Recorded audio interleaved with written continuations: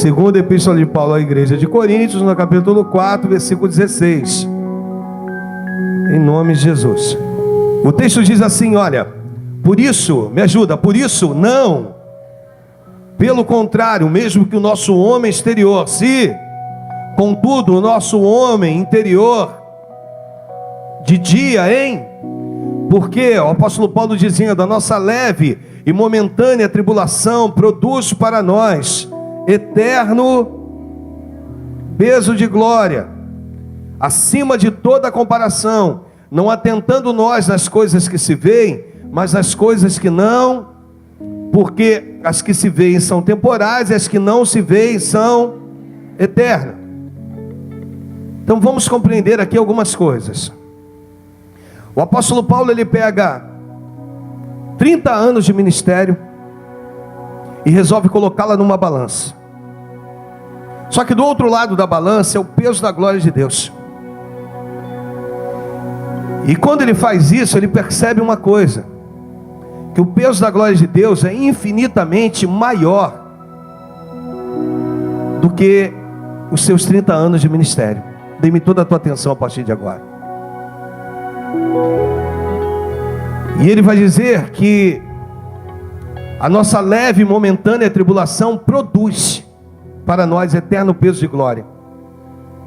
Ou seja, quando eu coloco meus 30 anos de ministério, de naufrágios, de açoites, de dores, de perseguição, de calúnias, quando eu coloco meus 30 anos de ministério na balança, não eu, mas o apóstolo Paulo, e do outro lado eu coloco o peso da glória de Deus, eu percebo que aquilo que eu vivi era uma ninharia.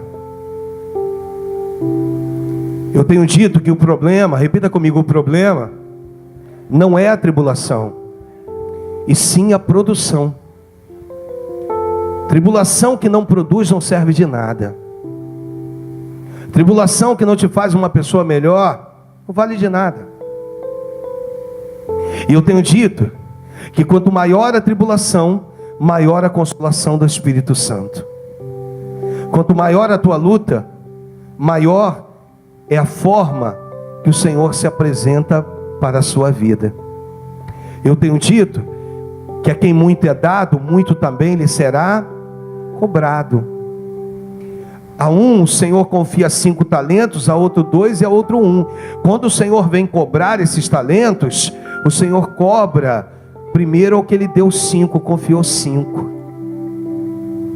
Aí o que ele confiou 5 se apresenta, depois o que confiou 2, depois o que confiou 1. O que confiou 1 dizendo: Senhor, eu sei que tu és zeloso, que ajunta onde não espalha. O que eu fiz, Senhor? Eu cavei um buraco e escondi o talento. Um talento significava aproximadamente 40 quilos de ouro. E 40 quilos de ouro para você andar de um lado para o outro, primeiro, não é fácil. Segundo, descobrir um lugar que seja seguro, também não. E outro, cavar um grande buraco, também não. Porque aí ele ia precisar cavar um grande buraco para que coubesse 40 quilos de ouro e depois novamente lançar areia sobre aquele lugar e demarcar aquele lugar para ele não se perder. Então significa dizer que enterrar talentos, repita comigo, enterrar talentos dá muito trabalho. Você vai precisar procurar um lugar, você vai precisar cavar uma cova, você vai precisar, ou seja, dá trabalho. Que melhor seria multiplicar os talentos que Deus te confiou. Deixa o Espírito Santo pegar o irmão do teu lado aí agora. Diz assim para ele: sabe aquele talento que um dia Deus te confiou? Vira para ele: o Senhor vai te cobrar.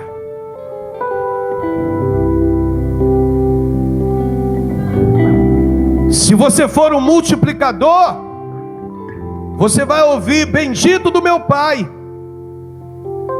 Se você for alguém que sepulta, enterra talentos, você vai ouvir: afastai-vos de mim, servo mau e negligente. O que você prefere ouvir? O que você prefere ouvir? O Senhor está falando quanto ao talento que Ele confiou nas tuas mãos. E Ele está dizendo para você, e aí você vai novamente aí ser pego não por mim, mas pelo Espírito Santo, e vai compreender que aquilo para o qual você foi chamado, você não foi chamado por homens, não foi pelo pastor, você que é daqui, não foi pelo pastor Alexandre. Por isso eu tenho muito cuidado quando alguém chega com o ministério de um outro lugar. Eu tenho cuidado porque eu não estou aqui para frustrar o ministério de ninguém. Diga amém. Agora, em nome de Jesus, é reconhecer que aquele que te chamou um dia vai te cobrar. Você sabe por que a Bíblia diz que aquele que põe a mão no arado não pode mais olhar para trás? Porque o arado, ele era conduzido para arar literalmente a terra, e se você segurasse somente com a mão esquerda, ele ia para a direita. Se você segurasse só com a mão direita, ele ia para a esquerda. Então, para você se manter numa posição reta, você tinha que segurar com as duas mãos, e quem segura com as duas mãos tem que olhar para frente. Então, em nome de Jesus, o que o Espírito Santo hoje está ministrando é que você se perdeu porque deixou de olhar para frente. Eu costumo dizer que você pode até sair daqui, você pode até ir para um outro lugar, beleza, mas por favor, não solte a mão do arado. Quando você se apresentar lá, diga assim: eu sou alguém que um dia estive com as mãos no arado e entendi que eu não posso mais olhar para trás. Você precisa seguir a trajetória, você precisa seguir o caminho que Deus preparou para a sua vida. Aqui não sou eu. Nós somos um momento nesse ministério de vivendo um momento de coisas novas. De uns 2 anos para cá, Deus tem, sabe? Deus tem, eu digo: Senhor, que coisa maravilhosa é essa? O que o Senhor tem feito conosco? Mas o Senhor, Ele tem trabalhado de uma forma que não gere nenhum tipo de atrito com aquilo que a gente veio, talvez 7 anos desenvolvendo nesse lugar. Mas o Senhor tem apresentado algo novo a esse ministério. E Ele está perguntando para você se você está disposto, disposta de viver o que Ele está te apresentando.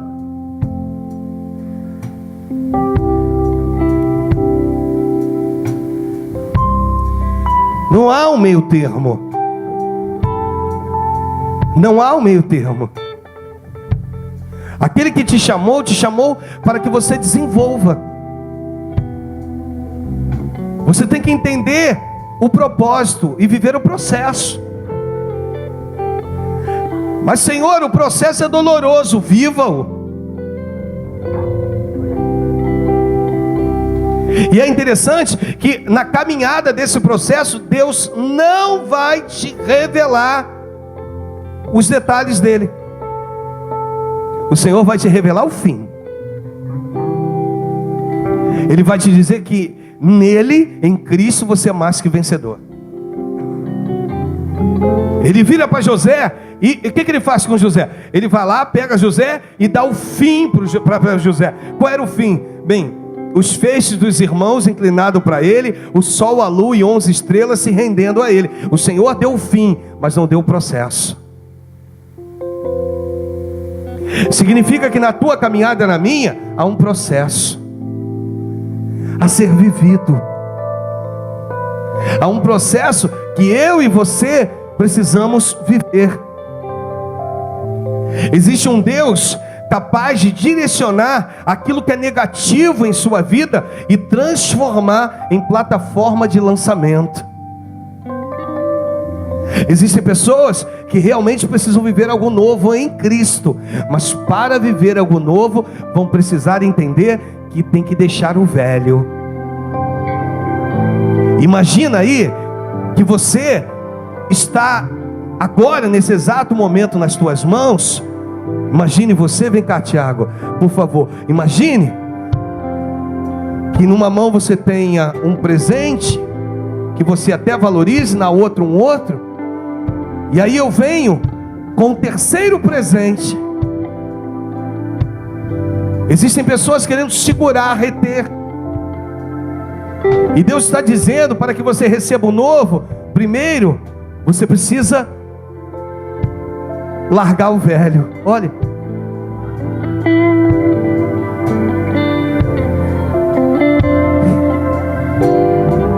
Enquanto você não fizer isso, você não está disposto a viver e a receber de Deus aquilo que Ele quer. Entender o propósito, viver o processo, é justamente isso.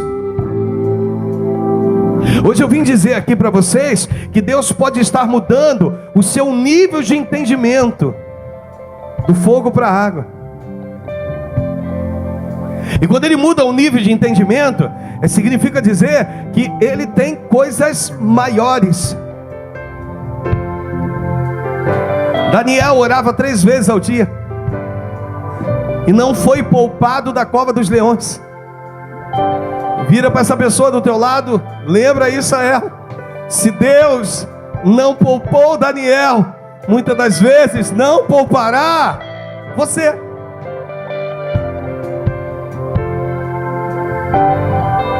Então a questão aqui não é aonde você está, mas com quem você está.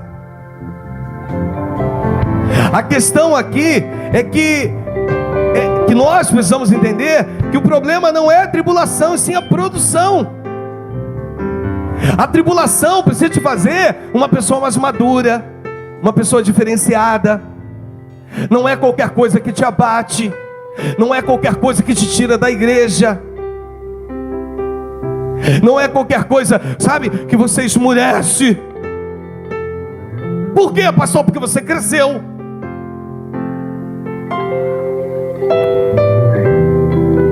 E por favor, se um dia você encontrar a igreja perfeita, me chama, porque eu deixo tudo aqui e vou. Mas, portanto, que você não esteja lá, porque a minha expectativa é de encontrar um lugar. Mas nós vamos precisar entender que nesse mesmo espaço aqui, há mentes diferentes, pessoas diferentes, pensamentos diferentes, mas ainda assim estamos unidos em um só Deus, um só foco.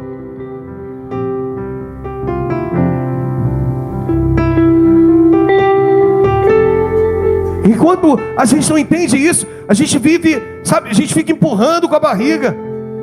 Querido, querida, em um nome de Jesus, vamos de mãos dadas com esse ministério, vamos viver o novo. Vamos tentar compreender o que Deus quer, o que Deus tem. Vamos viver o processo disso. Não vamos parar a nossa caminhada, vamos seguir em frente. Pastor, mas tem crescido o número dos meus adversários. Sim, eu entendo, mas os seus inimigos servirá de pavimentação para a sua passagem. Eu anotei algo aqui que é importante para você. Quando você se coloca na posição de filho, o pai coloca o teu inimigo no lugar dele, debaixo dos teus pés. Toca na pessoa do teu lado e diga assim: você é filho, você é filha. O teu inimigo foi vencido na cruz.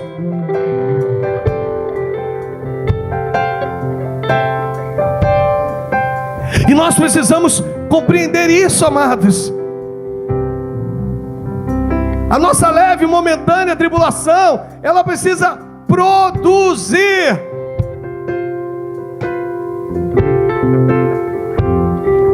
Eu preciso entender que eu não estou aqui à toa.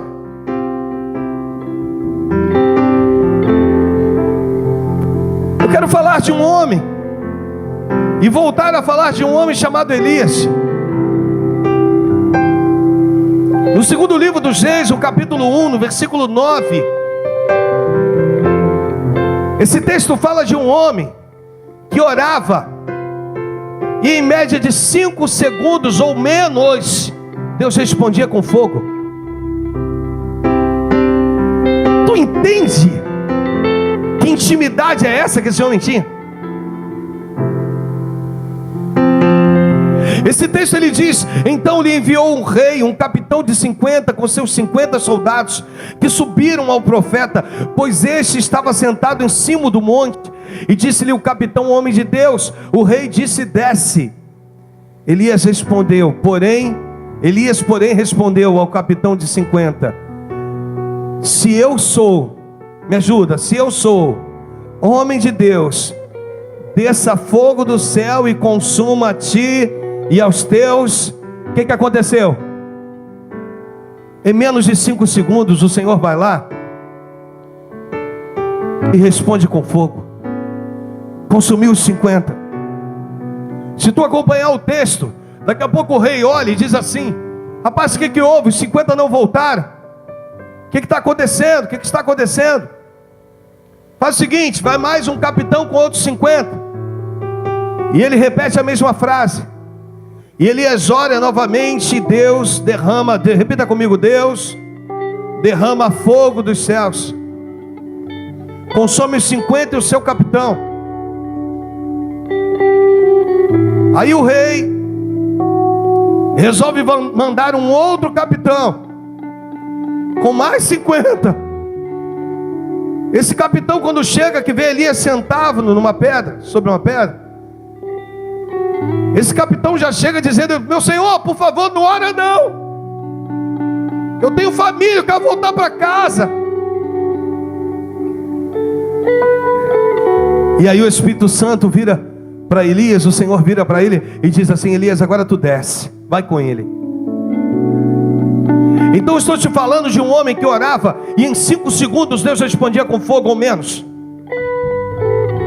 Estou te falando de um homem que desafiou os 450 profetas de Baal no Carmelo, em que a sua oração dura em média 16 segundos, 15 segundos.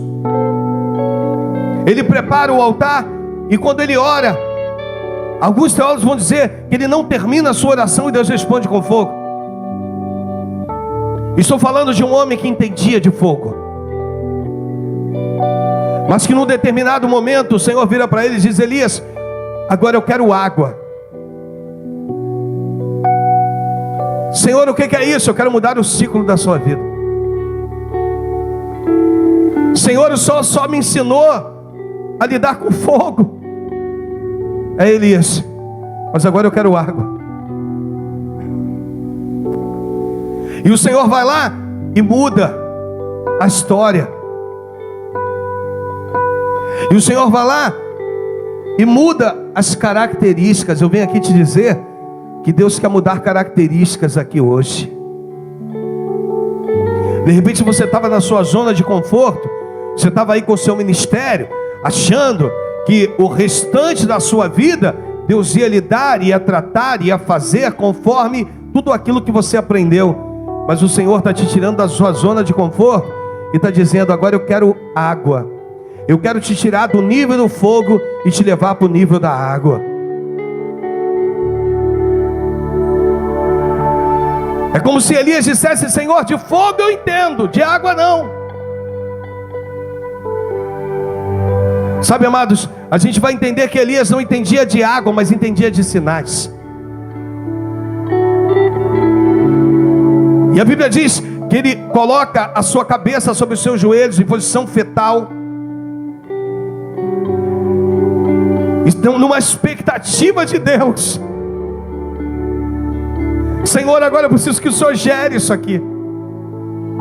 Elias tinha tanta intimidade com fogo que ele pega uma carona numa carruagem de fogo, amados. Agora chegou a vez da água. Aí o que acontece nesse caso? Ele percebe que agora ele não pode mais estar só. Eu vim aqui dizer para você que vai existir momentos na sua vida em que Deus colocará pessoas para caminhar contigo, porque o que Ele tem de novo para fazer, outras pessoas vão precisar ver para poder aprender. Você está entendendo? Diga amém. Ele chama o moço,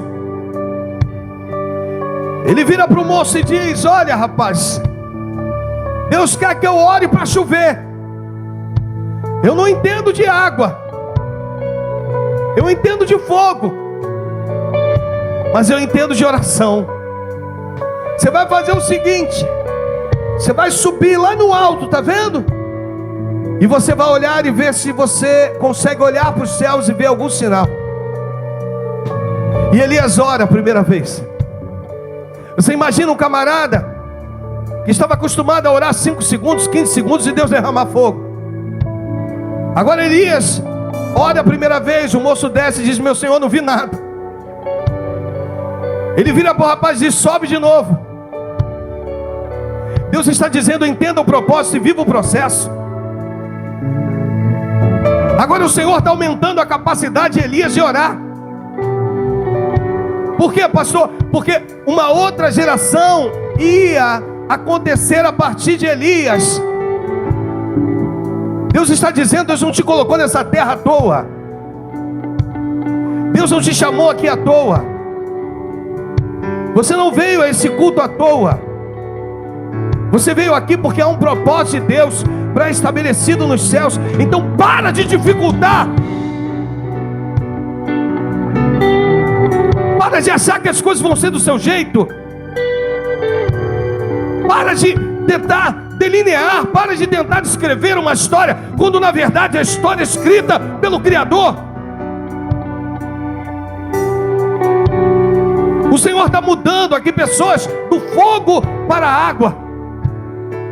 Está dizendo, sabe aquilo que você batia no peito e dizia: isso eu entendo. O Senhor está te pegando e está dizendo assim: agora eu quero te fazer de entender de outra coisa segundo a minha vontade. Repita comigo: não é o que eu quero. Repita comigo: não pode ser o que eu quero. Precisa ser aquilo que Deus determinou. O menino sobe uma vez, sobe duas, sobe três. Amados, isso dá um nó na cabeça de Elias.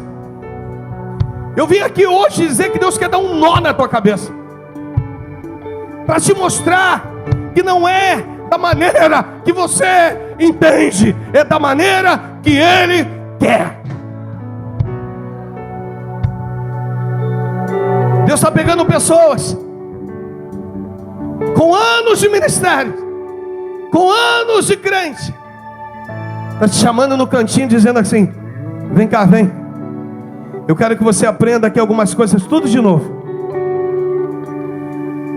E eu quero junto com isso te trazer coisas novas. Eu não sei quanto tempo tu tem de crente. Eu não sei se tu tem por costume bater no peito e dizer: eu sou convertido desde 1000. Sabe? Eu quero que você tenha noção, como se você estivesse se convertendo hoje. Deus vai derramar algo tão profundo. Deus vai derramar algo tão profundo, que Ele vai te mostrar que a sensação que você vai ter é como se coisas novas o Senhor estivesse fazendo hoje, na tua vida, no teu ministério. Não importa a tua preparação, não importa o teu achismo. Nós somos dotados de achismo, e entendemos os nossos achismos e os colocamos como certeza. Sim ou não? Eu tenho quantas vezes, mesmo pastor, vou te contar algo aqui que pastor não costuma dizer não, tá? Só fala quando está nos bastidores entre pastores. Quantas vezes eu como pastor achei e entendi que a decisão era aquela, porque eu compreendi que, e depois no final vi que não era nada daquilo. Se Deus faz isso comigo, que dirá contigo?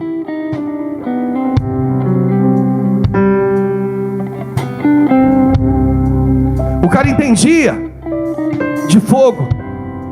Agora ele está orando uma vez, duas, três, quatro, 5, 6, 7 vezes.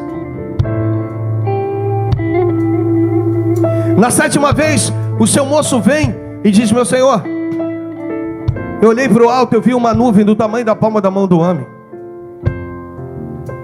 Elias glorifica e diz: corre, porque está vindo uma abundante chuva. Deus vai te dar pequenos sinais, mas você vai estar tão ligado com Ele, tão ligada com Ele, que Ele vai te mostrar que nesses pequenos sinais Ele vai se manifestar. Chega o nível da vida de Elias, que ele entra no culto e diz: Senhor, hoje o Senhor quer fogo ou quer água? Senhor, com água ainda estou me especializando, com fogo não. Com fogo eu entendo o mistério, com água, mas Senhor, eu já tenho intimidade, um pouco de intimidade com a água. Deus quer te levar num nível de entendimento. Ou melhor, Deus quer levar pessoas a um nível de entendimento, mas quer levar pessoas que não fujam do processo. Vira para esse amado e diga para ele ou para ela: é fácil fugir do processo. Vai, diz. Quero ver permanecer no processo.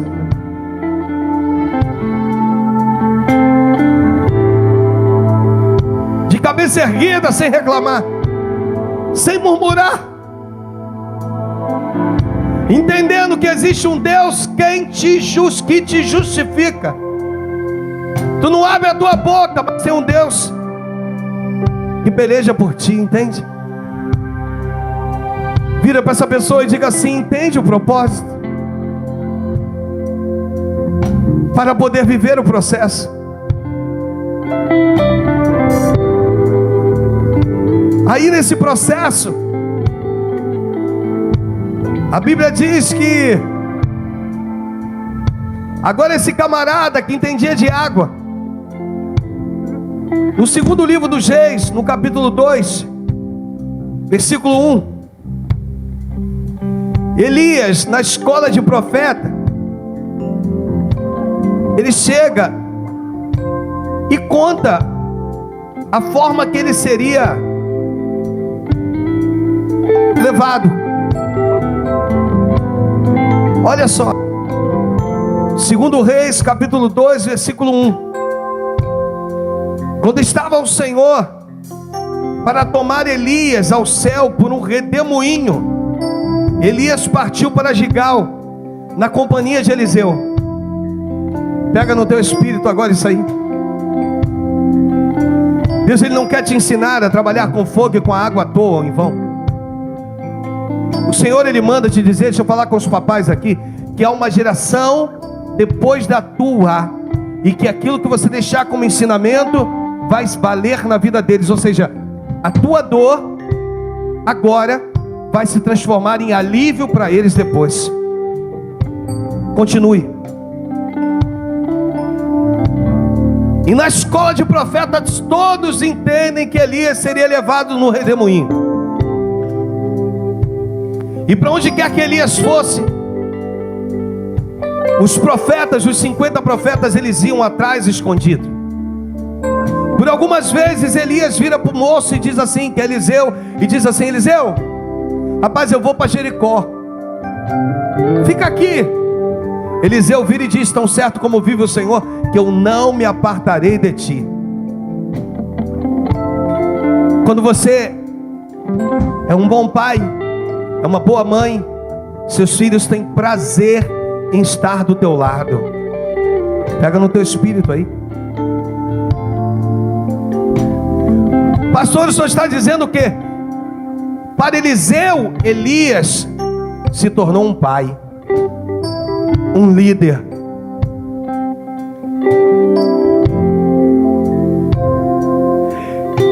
E Deus observa toda a dedicação de Eliseu,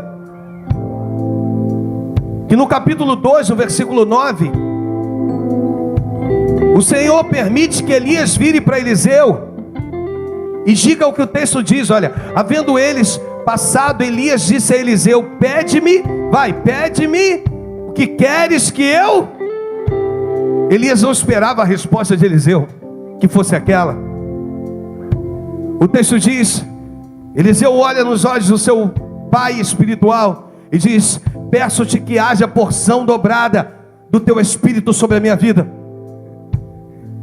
Eu quero porção dobrada, Elias. Elias logo em seguida fica surpreso com aquela situação. No versículo seguinte, tornou-lhe Elias: dura coisa pediste, mas tem uma coisa, se tu me ver sendo tomado de ti, assim te fará. Deus está dizendo para a amada igreja que tudo tem um propósito estabelecido por Ele.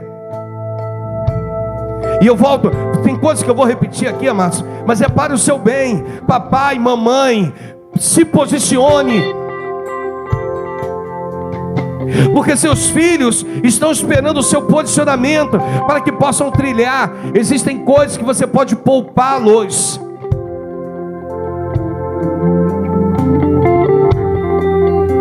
Aí você observa nesse texto que Elias vira para ele e diz assim: ó, se tu me ver sendo tomado de ti, assim acontecerá. Só que eu preciso voltar um pouquinho ao versículo de número 7. Olha o que diz o texto. Foram os 50 homens dos discípulos dos profetas e pararam a certa distância deles. Eles estavam, repita comigo, eles estavam curiosos. Aí eles param numa certa distância e de repente ambos, diz o texto, que eles pararam junto ao Jordão. No versículo seguinte diz que então Elias, me ajuda, vai, então Elias, e vai, enrolou, aonde o texto diz que ele orou, fala.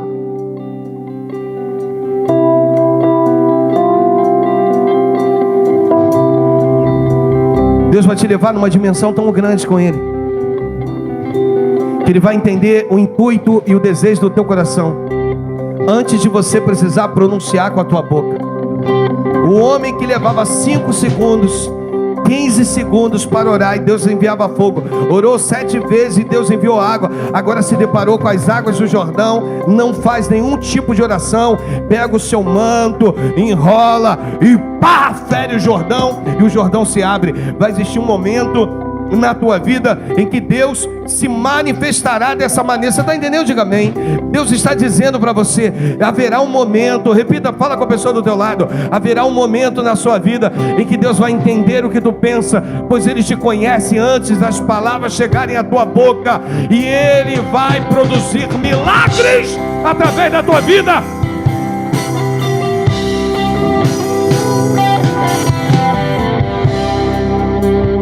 Repita comigo, para quê, pastor? Uma coisa eu vou te garantir, não é para você, mas é para a sua sucessão. Pastor, me ajuda nisso aí, eu vou te ajudar. Se você acompanhar o texto comigo, o versículo 11, pula para o 11 para a gente ganhar tempo. O texto diz, indo eles, me ajuda, vai, indo eles, e eis, vai, que um carro com cavalos os separou um, e Elias subiu num.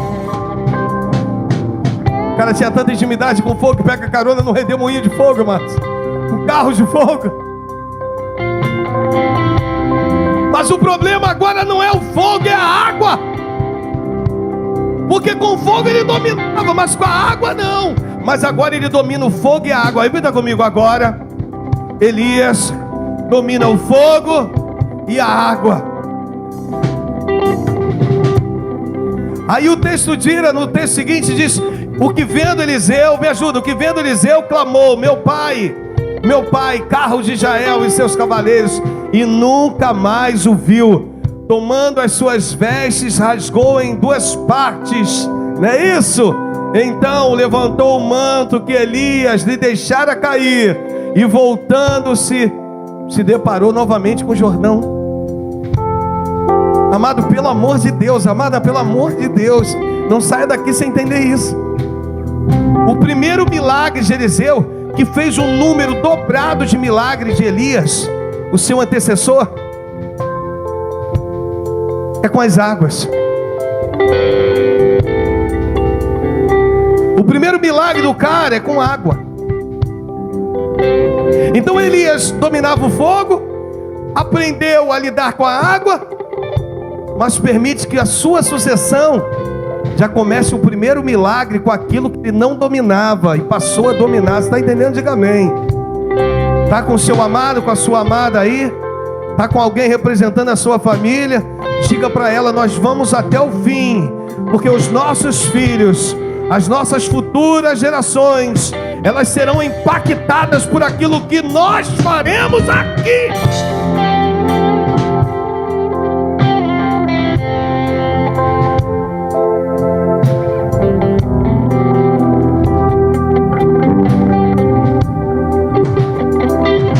Agora, o sucessor está diante da água do Jordão.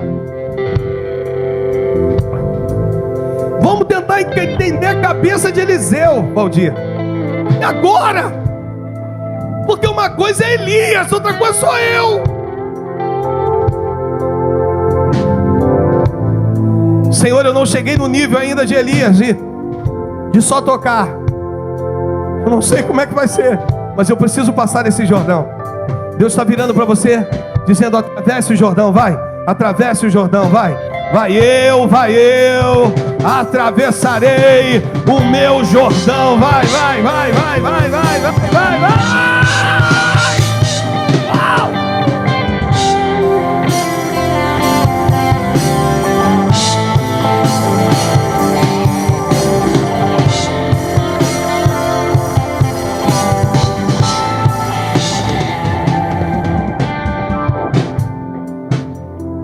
Ele levantou o manto que Elias deixara cair, voltando-se, pôs-se à borda do Jordão.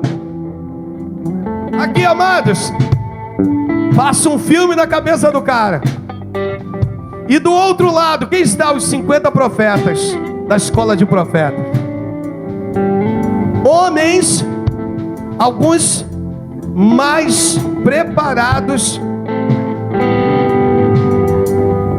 que Elias. Ou melhor, que Eliseu, desculpa. Mas Eliseu foi o escolhido para ser o sucessor de Elias, o grande profeta Elias.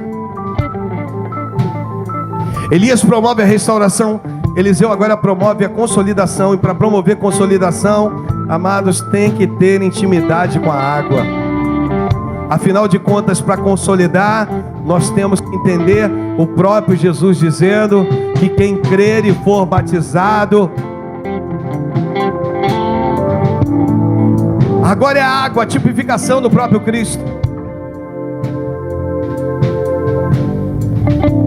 Aí o texto diz: tomou, vai, me ajuda, tomou, vai, com fé, vai, tomou, para a gente encerrar agora, vai, tomou que Elias, e aí o que ele fez?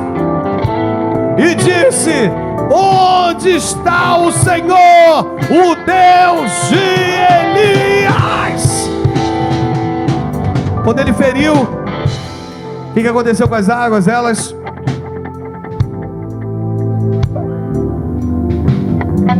o finalzinho do texto diz que Elias, presta atenção, se você se mantiver na posição, aquilo que foi dificuldade para você se tornará facilidade para os seus. Eu vou repetir: se você permanecer na posição, aquilo que foi dificuldade para a sua vida se tornará facilidade para a vida dos seus. Eu vou repetir: se você permanecer na posição, aquilo que foi dificuldade para a tua vida se tornará facilidade para a vida dos teus. As águas vão se abrir, os milagres acontecerão, porque um legado já foi deixado para a vida de vocês.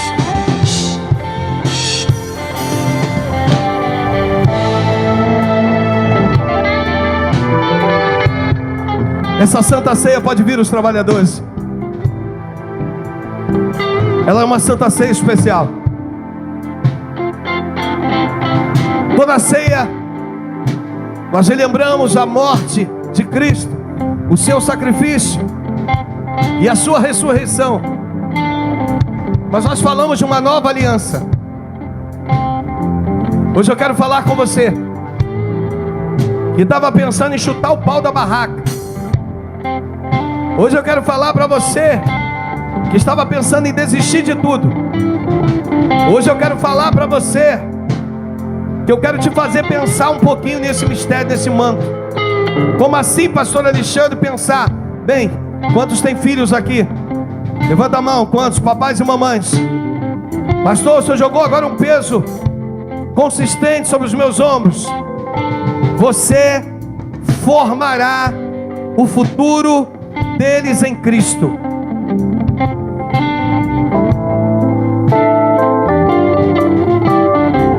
Quer que eles sejam bem-sucedidos? Você quer que eles sejam bem-sucedidos? Esteja na posição agora de obediência, para não chorar depois. Não existe sucesso sem sucessão. Repita comigo: não existe sucesso sem... Não adianta um ministério lindão, bonitão, se não houver sucessão. Deus está virando para a igreja hoje, está dizendo o seguinte: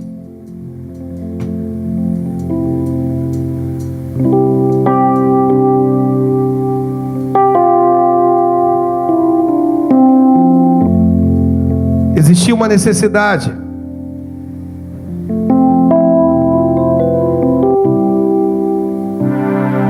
de compreender o fogo e viver intensamente envolvido com ele.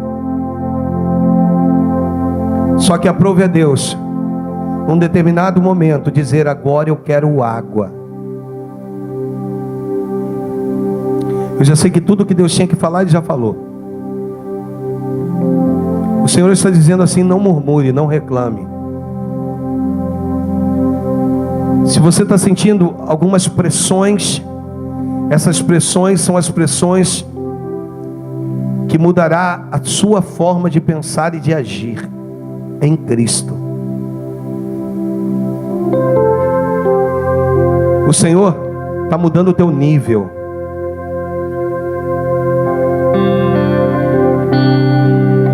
Como uma escada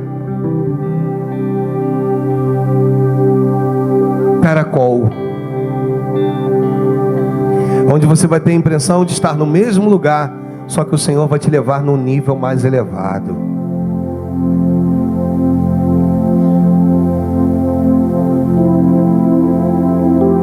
Quero dizer para você que Deus não te trouxe aqui à toa. Quero dizer para você que antes de agir na vida dos teus, Deus primeiro precisa agir na tua. Vou melhorar? Na nossa. Eu ministrei, relembrei aqui quinta-feira, e é bom falar sobre isso para a gente finalizar agora. Jesus, ele é interpelado por Jairo. Jairo vira para Jesus e diz: Senhor, minha filha tem 12 anos. É uma criança, Senhor, ele está com uma enfermidade muito séria. Jesus se compadece dessa filha e resolve ir até a casa de Jairo. Jesus caminha, uma multidão com ele. No meio do percurso, ele vira e diz assim: alguém me tocou. Os discípulos que estavam ao seu redor dizem: como, Senhor, alguém te tocou? A multidão te comprime. Tem uma multidão aqui, Senhor. Toda hora eu estou aqui olhando, eu vejo alguém esbarrando no Senhor. E ele vira e diz: não, alguém me tocou, porque de mim saiu virtude. E de repente uma mulher diz: Senhor, eu te toquei. Aquela mulher há 12 anos padecia de uma hemorragia. Alguns teólogos vão dizer que ela começa um ciclo menstrual que não para. Era tida como imunda. 12 anos. Eu costumo dizer que o maior milagre na vida da mulher hemorrágica não é ter sido curada, é ter sobrevivido ao tema, ter sobrevivido ao processo da cura. Porque Deus sustentou ela durante 12 anos, para que um dia ela pudesse tocar nas vestes da orla de Cristo e ser curada. Mas existe uma igreja que dorme. A prova disso é que quando Jesus está chegando na casa de Jairo, os vizinhos chegam e dizem: olha, não perturbe mais o mestre, porque ela morreu. Jesus abraça Jairo e diz: filho, ela dorme. Repita comigo: ela dorme. Existe uma igreja que dorme. Mas o Senhor não pode levantar uma igreja que dorme sem antes curar uma igreja enferma. Primeiro Ele precisa curar uma igreja enferma, para depois levantar a que dorme. Mas pastor, e a que dorme? Não se preocupa não, tem um pai intercedendo por ela. Entende o propósito, viva o processo. Não queira correr se você não sabe andar.